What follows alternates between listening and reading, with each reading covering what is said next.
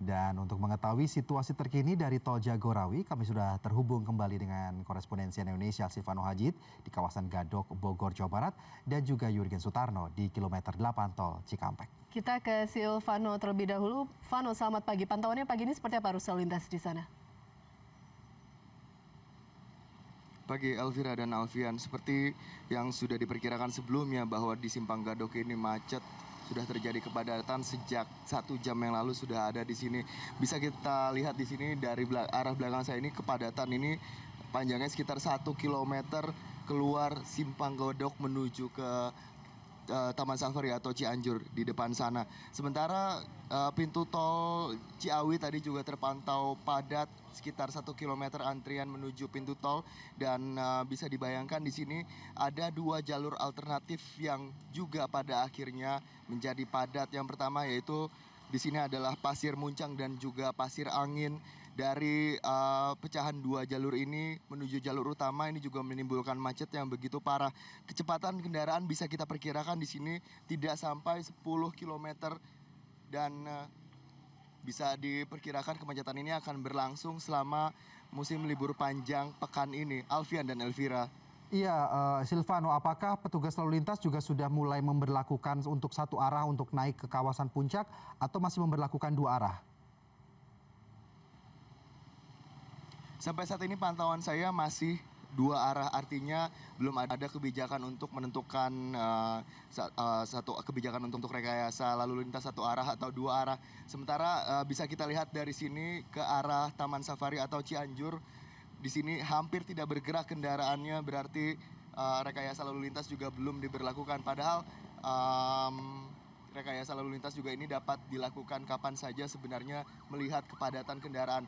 Jika rekayasa lalu lintas belum dilakukan saat ini berarti kemacetan atau kepadatan kendaraan yang akan menuju ke puncak belum terlalu padat. Padahal diperkirakan ada sekitar 20.000 kendaraan yang akan melintasi puncak pada musim libur pekan ini. Alfian dan Elvira. Silvano, apakah Anda sempat berbincang bersama dengan sejumlah pemilik kendaraan atau pengemudi di sana? Berapa lama waktu mereka butuhkan start dari Jakarta hingga sampai arah tempat Anda menginformasikan saat ini menuju ke arah puncak?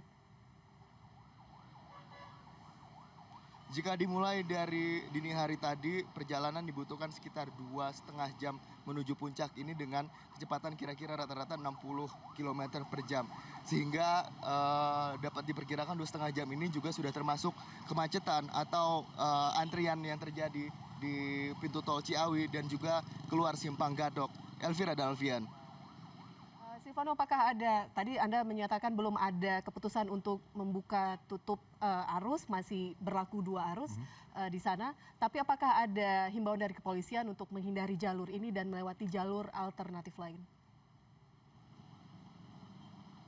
Ya, seperti yang sudah saya sampaikan sebelumnya, 2 jalur alternatif ini juga pada akhirnya menimbulkan simpul macet yang lain. Artinya ketika sudah keluar jalur alternatif ini dibutuhkan kesabaran bagi para pengemudi yang akan menuju ke puncak karena ini juga menimbulkan antrian yang cukup panjang. Dan perlu diketahui lagi yang perlu diwaspadai adalah daerah Megamendung dan Taman Safari. 2 daerah ini adalah simpul macet di puncak. Jika biasanya ada sekitar 5 ribuan kendaraan yang melintas, tetapi mulai hari ini ada 20 ribuan kendaraan yang melintas. Berarti 4 kali lipat kemacetan yang akan terjadi hari ini hingga hari Minggu mendatang. Alfian dan Elvira.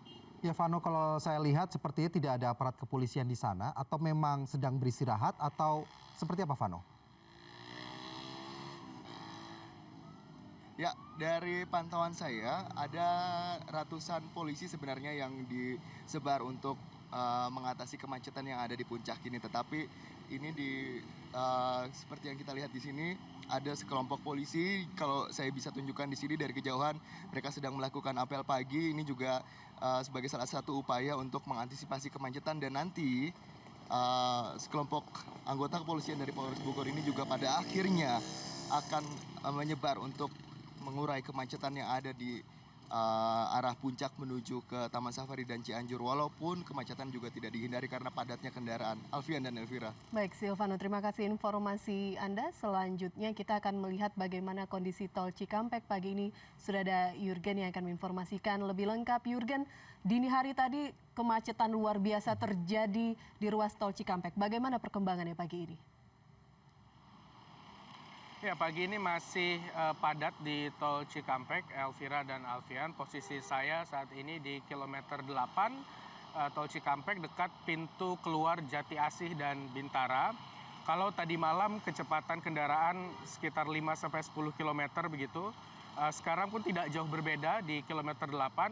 Saya sebelumnya sempat menghubungi petugas jasa marga yang menyebut kepadatan terjadi di kilometer 10 hingga kilometer 40 tol Cikampek. Namun pantauan kami di kilometer 8 dan dugaan kami sampai di kilometer 3 tol Cikampek pun sudah terjadi kepadatan gitu. Alasan terjadi kepadatan tidak lain adalah volume kendaraan karena hari libur Paskah sampai nanti long weekend sampai hari Minggu, sehingga warga dari Jakarta, Depok, Bekasi itu melakukan perjalanan hingga Bandung begitu, kebanyakan melakukan liburan, Elvira dan Alfian. Ya baik Jurgen, apakah ada rencana untuk pembatasan kendaraan yang akan melewati tol Cikampek selama hari libur ini, mengingat masih banyak kendaraan-kendaraan besar seperti truk gitu mengangkut barang-barang melewati, apakah nanti truk-truk tersebut disarankan untuk melintas di malam hari atau seperti apa? Sejauh ini belum ada informasi terkait pembatasan kendaraan. Yang pasti dari beberapa kali kita lihat ketika tol Cikampek terjadi kepadatan gitu, Alfian, maka rest area di kilometer 19 ataupun di kilometer 39 biasanya akan menjadi salah satu cara untuk melakukan rekayasa lalu lintas begitu. Artinya mungkin warga atau pengemudi yang sudah berada di rest area begitu diminta untuk tidak keluar sampai beberapa periode waktu agar bisa kendaraan yang dari arah sebaliknya untuk bisa jalan lebih lancar begitu. Tapi sejauh ini apakah ada pembatasan, kami belum mendapatkan informasi tersebut, Alfian. Ya Jurgen, lalu bagaimana dengan jalur non-tol Jurgen? Apakah Anda juga sudah melakukan pemantauan? Apakah sama halnya seperti jalan tol Cikampek macet juga atau cenderung lebih lancar jika melewati jalur non-tol ini? Tadi pantauan kami pukul 6 pagi sebenarnya jalan raya non-tol terpantau lancar sebenarnya. Dan memang fokus warga untuk melakukan liburan adalah melalui jalan tol Cikampek begitu, karena lebih jalur yang ditempuh akan lebih sedikit, lebih pendek begitu, sedangkan lewat jalan non-tol akan lebih panjang. Tapi kita tidak tahu apakah nanti ketika jalan tol Cikampek sudah semakin padat, warga akan lebih memilih jalan raya non-tol begitu sejauh ini, Alfian. Ya, baik. Terima kasih Jurgen Sutarno sudah melaporkan dari kilometer 8 tol Cikampek, dan sebelumnya ada Silvano Hajid yang melaporkan dari kawasan Gadok, Bogor, Jawa Barat.